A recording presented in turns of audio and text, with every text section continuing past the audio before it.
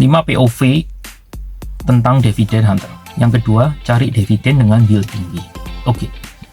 Jadi dalam sebuah kesempatan berburu dividen, kita harus terus mencari dividen yang yieldnya tinggi, ya. Yield tinggi itu adalah dividen per lembar saham dibagi harga sahamnya saat ini. Nah, di situ akan ketemu sebuah persentase. Kalau kita merasa itu persentasenya cukup tinggi, ya kita boleh beli ya saham itu sebelum tanggal cum. Supaya kita masih ketika tanggal X date kita sudah bisa menerima dividen yang kita tuju. Nah, ini sangat penting cari dividen yang yieldnya tinggi. Kenapa? Karena mungkin bisa jadi sekali lagi pendapatan dividen kita ini bisa membantu menambah arus kas kita untuk berinvestasi saham, khususnya di tengah-tengah volatilitas market seperti yang terjadi di bulan April ini. Bulan April ini sampai tanggal 12 ini aja marketnya very volatile. Nah, itu wajib kita punya dana cadangan lagi untuk menambah porsi saham kita menurut saya.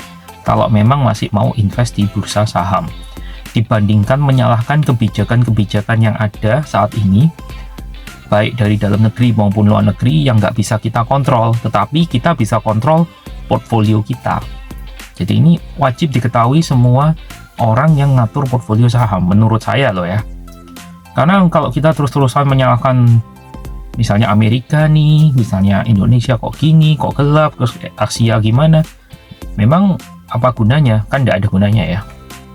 Lebih baik kita ngatur strategi kita sendiri. Carilah dividen dengan yield tinggi.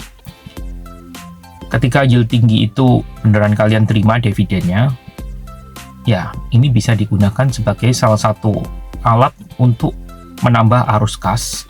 Dan ketika kas kita sudah bertambah, kita bisa memutuskan kita akan beli lagi di saham-saham yang turun itu atau enggak. Tetapi high yield dividend itu sangat penting untuk diketahui ya. Setiap ada pengumuman saham A mau bagi